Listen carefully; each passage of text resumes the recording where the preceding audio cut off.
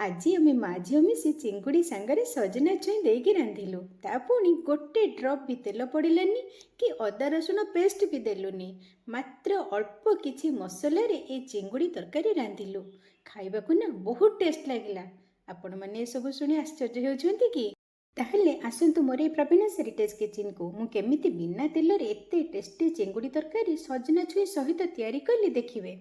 300 ग्राम चिंगुड़ी आसला ताको भलरे धोई धाई सफा करके रखी तापर सजना छुई 3टी को काटिकी एकदम चोपा छड़ेकी नहीं जाइए ता सहित नहीं हलदी एटी टिके तेंतुली कंचा लंका पियाज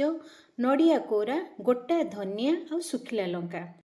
मसला माने आमर एतिकी। बर्तमान गोटे ग्राइंडर जार रे गोटे पियाज रु अधा चुन चुन करी काटिकी रखिथिले ताकू नबा ता सहित नड़िया कोरा एठी मु 2 चमच नेछि आ गोटा धनिया रखिथिले ताकू गोटे चमच नबा सुखिला लंका नेछि एठी मु 3-4टी जेहेतु आमर किछि मसला पडुनी मु सेथिरे पई टिके नाकू अधिक नेछि आपण आपणक हिसाब रे नेबे।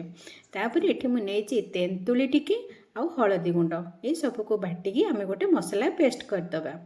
बर्तमान गोटे पाउले आम जो सजना छुई काटिकी रखी ताकू नहीं जावा ता सहित लुण नबा तापर आउ अधा पियाज जो काटिकी रखी ताकू नबा आ कंचा लंका 2-3टी मुठी काटिकी पकेजे आपण आपणक राग हिसाब से पकेबे। तापर जो मसला बाटिकी रखी से 2-3 चमच नहीं आग गोले देली तापर टिके पानी दबा कारण सजना छुईटा आमर टिके हार्ड रहिबो आग टिके ताकू सिझेबा सेतिपई पानी तो एठी नाही आमे एठी अध कप मु पानी देजी गोला गोली करी आकु आमे एबे गैस फ्लेम रे बसेबा 5 मिनिट मीडियम फ्लेम रे ई सजना छुई को बसेबा जेमति हमर सजना छुईटी अधा कुक हे जिवो आकु एबे कवर कर दबा मीडियम फ्लेम रे रखिबा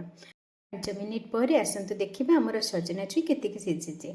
एठी देखुन हमर सजना छुई तो प्राय अधा आधी सिझी जाइए और पानी भी एकदम सुखी जाइए। बर्तमान आमर आ जो बड़का मसला तक थिला सब तक पूरा देर पकई दबा ता सहित मुझे पानी पूरा फुल गोटे ग्लास पाखापाखि देजी तापर जो चिंगुड़ी के आम धोई धाई चोपा छड़े सब रखी ताकू भी पकई दबा तापर स्वाद पे आउ टिके लुण देदबा। एठी आ किछि भी मसला दरकार नहीं जहाँ मसला दबा कथा देदेले एको गोलिया गोली करी पुणी कवर करदबा पुणी मीडियम फ्लेम रे आमे ताको आहुरी 5-7 मिनिट घोड़े दबा।